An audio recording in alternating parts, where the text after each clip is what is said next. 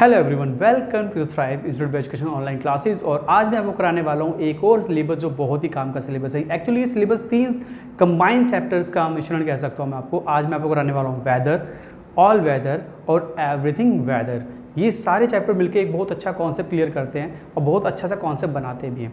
तो ये चैप्टर मैं आपको कराऊंगा, अलग अलग ये 3 पार्ट है, तीनों को मैं एक ही क्लास में आप कराने वाला हूँ। तीनों को तीनों मैं आज ही इस लेक्चर में कवर करूँगा। तो आपको ध्यान से समझना है, बहुत ही काम का सिलेबस है और आपकी जनरल स्पीकिंग बहुत स्ट्रॉन्ग कर सकता है। और मैं आपको ये हमेशा कहता हूँ कि मैं हमेशा स्पोकन इंग्लिश से रिलेटेड कॉन्सेप्ट पढ़ाने की कोशिश करता हूँ जो आपकी इंग्लिश को जल्दी जल्दी स्पीकिंग के लिए इंप्रूव कर सके, आप जल्दी जल्दी इंग्लिश बोल पाएँ। इस तरह के कॉन्सेप्ट छोटे और काम के चैप्टर मैं कराने की कोशिश करता हूँ। तो आज के इस चैप्टर में 3 तरह के कॉन्सेप्ट मैं लेके आया हूँ, वेदर, ऑल वेदर और एवरीथिंग वेदर, जो आपके बहुत काम आने वाले। चैप्टर के साथ बने रहना, अच्छे अच्छे एग्जाम्पल्स आपके आएंगे और आपको समझने हैं और प्रैक्टिस के साथ साथ। चलिए आगे बढ़ते हैं, चैप्टर देखते हैं कैसा होगा। तो चलिए शुरू करते हैं। आज हम करने वाले हैं वेदर और ऑल वेदर के बारे में बात। वेदर और ऑल वेदर दोनों ही सेंटेंस अपनी शैली के हिसाब से बहुत ही काम के माने जाते हैं, बहुत ज़्यादा बोले जाते हैं, लिखे भी जाते हैं। इनको दो तरीके से बोला जाता है, यानी वेदर को भी 2 तरह से डिफाइन करा जा सकता है और ऑल वेदर को भी 2 तरह से डिफाइन करा जा सकता है। हम शुरुआत करते हैं वेदर से, इसके 2 पार्ट करते हैं, फिर हम ऑल वेदर के 2 पार्ट करेंगे। पहले हम बात करते हैं वेदर की। इसमें जो पहले हम वेदर करने वाले हैं, इसमें जो साउंड आता है वो है चाहे या। चाहे या, बिल्कुल सही सुना आप लोगों ने। इसमें साउंड जो बनते हैं वो बनते हैं इस तरीके से, जैसे कि चाहे तुम पढ़ो या ना पढ़ो, मैं तो पढ़ूंगा। चाहे तुम जाओ या ना जाओ, मैं तो जाऊंगा। चाहे तुम खाओ या ना खाओ, मैं तो खाऊंगा। इस तरह के साउंड इसमें बनते हैं। इसके अंदर किसी रूल की ज़रूरत नहीं है, इसी क्योंकि बहुत इजी सा कॉन्सेप्ट है, इसलिए मैंने इसको सिंपल ही रखा है ज़्यादा, ताकि कोई कन्फ्यूजन क्रिएट ना हो। लेकिन ऑल वेदर में कुछ चीज़ें हैं जो मुझे समझानी होंगी, इसलिए मैं उसके लिए रूल मेंशन करूँगा। लेकिन फिलहाल हम बात कर रहे हैं वेदर की, तो उसको बनाना कैसे, बहुत ईजी सा कॉन्सेप्ट है। जैसे मैं एग्जाम्पल लेता हूँ, चाहे तुम पढ़ो या ना पढ़ो, मैं तो पढ़ूंगा। तो ये कैसे बनेगा, वेदर यू स्टडी और नॉट, आई विल स्टडी, है ना। मैंने कहा था किसी रूल की ज़रूरत नहीं, बहुत सिंपल से 2 आपको वाक्य जोड़ने, 2 किसी भी टेंस का या चैप्टर का पार्ट वो हो सकता है, 2 वाक्य जोड़ना है वेदर लगाने के बाद। ठीक है, चलिए और लेते हैं एग्जांपल। जैसे मैंने कहा, चाहे मुकेश पढ़े या नहीं, तुम्हें पढ़ना चाहिए। अब मैंने यहाँ पे मुकेश पढ़े या नहीं, तुम्हें पढ़ना चाहिए, इस तरह डिफाइन किया। तो वेदर मुकेश स्टडी और नॉट, वेदर मुकेश स्टडीज और नॉट, यू शुड स्टडी। चाहे मुकेश पढ़े या नहीं, तुम्हें पढ़ना चाहिए, है ना। कितना इजी सा कॉन्सेप्ट है। चलिए आगे बढ़ते हैं। ये तो हो गया हमारा चाहे नहीं के, चाहे या के साउंड के लिए। अब बात करते हैं वेदर का दूसरा कॉन्सेप्ट जो मैंने बताया। इसमें साउंड जो आता है वो आता है की या का साउंड। ठीक है, जैसे कि मैं नहीं जानता कि वो पढ़ेगा या नहीं, की या, इस तरह का साउंड। इसका स्पेशली यूज़ अभी होता है जब हम संभावना को डिफाइन करते हैं, संभावना के लिए इसका इस्तेमाल करा जाता है। जैसे मैंने अभी वाक्य में बोला भी, मैं नहीं जानता कि वो खेलेगा या नहीं, तो ये कैसे बनेगा, I don't know whether he will play और नॉट। बिल्कुल सही। उसी तरीके से इसके अंदर अगर मैं बोलूँ, वह नहीं जानता कि वह तुम्हें पीट सकता है या नहीं, तो he does not know whether he can beat you or not, है ना। कितना इजी। चलिए आगे बढ़ते हैं। मैं कहता हूँ कि मैं कह नहीं सकता कि ये पढ़ेंगे या नहीं, तो I can't say whether they will study और नॉट, है ना। तो ये बहुत ही इजी था वेदर के लिए। मुझे कोई कन्फ्यूजन वाला पॉइंट इसमें लगा नहीं, लेकिन मुझे लगा कि ऑल वेदर और ये दोनों सिमिलर हैं, तो एक साथ साथ पढ़ाने में कोई दिक्कत नहीं, इसलिए मैंने पढ़ाया। बहुत इजी सा कॉन्सेप्ट है। अब हम बात करते हैं ऑल वेदर की। सबसे काम का चैप्टर मैं बोलूँगा, बहुत ही काम का चैप्टर है, इसको ध्यान समझना है आपको।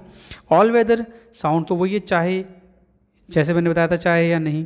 तो इसको करना क्या है, चाहे यो का साउंड इसमें चलता है, जैसे कि चाहे अमीर हो या गरीब, चाहे अमीर हो या गरीब, चाहे या, इस तरह का उसमें चलता है, तो हम इसका इस्तेमाल करते हैं। लेकिन इसका रूल बहुत काम का है, वो समझना है। और ये 2 तरीके से बनता है। पहले हम बात करते हैं, जो पहला कॉन्सेप्ट है वो है ऑल वेदर लिविंग थिंग्स। मैंने ऑल वेदर प्लस में लिविंग थिंग लिखा है। लिविंग थिंग्स क्यों लिखा, लिविंग थिंग्स मतलब जिसमें सजीव चीज़ों की बातें की जाती हैं। ठीक है, और all whether non living things के लिए भी आता है, यानी ऐसी चीज़ें जिसमें लिविंग थिंग नहीं होती, जीवित चीज़ें नहीं होती हैं। तो दोनों को बताना जरूरी इसलिए क्योंकि दोनों का रूल अलग होता है, थोड़ा सा बदल जाता है। ठीक है ना, तो इसलिए आपको ध्यान से मानना है। तो पहले बात करते हैं ऑल वेदर लिविंग थिंग्स के लिए। इसमें साउंड जो आते हैं वो आते हैं, चाहे अमीर हो या गरीब, सबको मरना है, इस तरह के साउंड।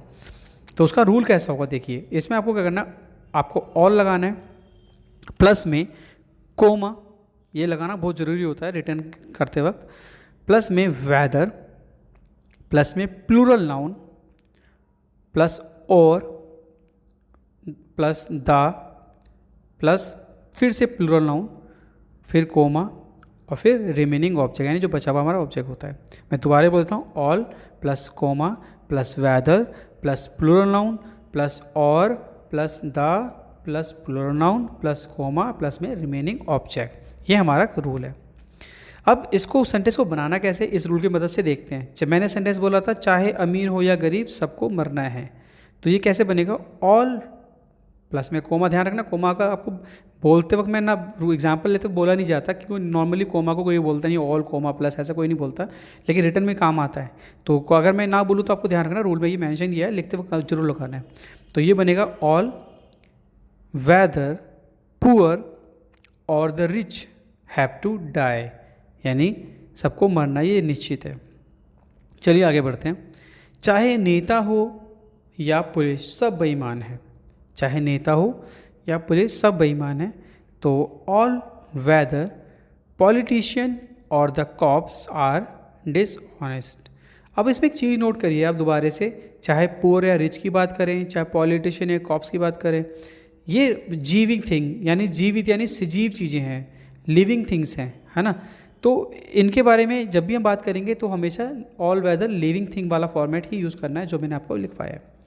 अब हम बात करते हैं all whether non living thing के बारे में। जब हम नॉन लिविंग थिंग यानी ऐसी चीज़ों के बारे में बात करते हैं जो चीज़ें जीवित नहीं होती हैं, तो इसका रूल कैसे होता है, इसमें हम ऑल वेदर तो लगाएंगे, ऑल वेदर वाला जो कॉन्सेप्ट है इसमें हल्का चेंज मैंने कहा था होगा, और वो चेंज क्या होगा वो समझते हैं।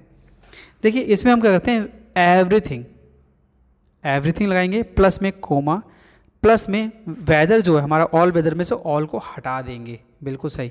ऑल वेदर मैंने इसलिए साथ में बोला था ताकि आपको कन्फ्यूजन ना हो, लेकिन यहाँ से इसको हटाना पड़ता है। तो जब भी एवरीथिंग हम लगाएंगे प्लस में से, प्लस में लगाने के बाद कोमा, प्लस में वेदर की लगाना है, आपको ऑल नहीं लगाना, ऑल को हटा देना। तो ये रूल कैसे बनेगा, ये रूल बनेगा everything plus comma plus whether plus material noun plus और plus the plus material noun और प्लस में रिमेनिंग ऑब्जेक्ट। अब यहाँ पे मैंने मटेरियल नाउन एक वर्ड यूज़ करा। मटेरियल नाउन का मतलब होता है ऐसी चीज़ें जो चीज़ें हैं, जीवित नहीं है पर वो चीज़ें नॉर्मल हैं, जैसे कि चाय, दूध, कॉफ़ी, ये चीज़ें हमारी चलती है, लिविंग सब ये नॉन लिविंग थिंग्स हैं। जैसे एग्जाम्पल ले लेते हैं, मान लीजिए मैं कहता हूँ चाहे दूध हो या घी सब महंगा है, चाहे दूध हो या घी सब महंगा है।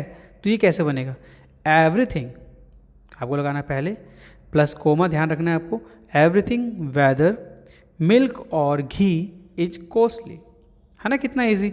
तो आपको सिर्फ ये ध्यान रखना, जब नॉन लिविंग थिंग आएगी तो आपको एवरीथिंग प्लस में वेदर लगाना है, और अगर आपको लिविंग थिंग वाला आएगा तो ऑल प्लस में वेदर लगाना है। तो ऑल और एवरीथिंग में समझ गए होंगे, ऑल का इस्तेमाल जब भी करना है जब लिविंग थिंग लगाएंगे, और आपको एवरीथिंग जब लगाना है जब हम मटेरियल नाउन यूज़ करेंगे यानी कि नॉन लिविंग थिंग यूज़ करेंगे। आई होप आपको चैप्टर समझ आ गया होगा। चलिए, आई होप आपको चैप्टर अच्छे से समझ आया होगा। 3 चैप्टर थे लेकिन मुश्किल नहीं है, आप तीनों को अलग अलग एग्जाम्पल में अलग अलग लिखिए, पहले वेदर लिखिए, फिर ऑल वेदर लिखिए, फिर एवरीथिंग वेदर लिखिए, उनके एग्जाम्पल लिखिए, आपको अच्छे से क्लियर हो जाएंगे। प्रैक्टिस करना मस्ट है। मैं हर क्लास के एंड में बोलता हूँ कि क्लास की जो चैप्टर आप देखते हैं, वीडियो को देखने के बाद आपको डेफिनेटली वीडियो देखने पर काफ़ी चीज़ समझ आ जाती होंगी, लेकिन सेल्फ रीजनिंग मस्ट है। सेल्फ रीजनिंग जरूर इसलिए क्योंकि अगर आप थोड़ा सा खुद लिखेंगे तो वो चीज़ आपके दिमाग में लंबे समय तक रहेगी और आप उसको बहुत देर तक यूज़ कर पाएंगे, काफ़ी समय तक बोल पाएंगे। और अगर आपने जनरल स्पीकिंग में उसको यूज़ करना शुरू कर दिया तो वो परमानेंट हो जाएंगे और आपको हमेशा के लिए याद रहेगी। ठीक है, तो ये हमारी आज की क्लास थी। आई होप आपको अच्छी लगी हो। अगर आपको क्लास अच्छी लगी है तो प्लीज़ हमारे चैनल को सब्सक्राइब करें, वीडियो को लाइक और शेयर करें, और इस बेल आइकन को दबाना ना भूलें क्योंकि इससे मिलते हैं आपको हमारी नई वीडियो के नोटिफिकेशन। तो प्लीज़ सब्सक्राइब नाउ। चलिए, जब तक के लिए कुछ नए नए चैप्टर में लेके आ रहा हूँ आपके लिए, तो जैसे मैं कहूँगा कि नोटिफिकेशन आपको मिलता रहेगा बेल आइकन से, तो नए नए चैप्टर के बारे में पता लगता जाएगा। तो मैं नए नए चैप्टर लेके आने वाला हूँ, एक्चुअली बहुत सारे सिलेबस ऐसे लाने वाला हूँ जो जनरल छोटे छोटे चैप्टर हैं जो आपकी स्पीकिंग काफ़ी इंप्रूव करने वाले हैं। तो जल्दी ही मिलता हूँ नए सिलेबस के साथ। जब तक के लिए बाय बाय।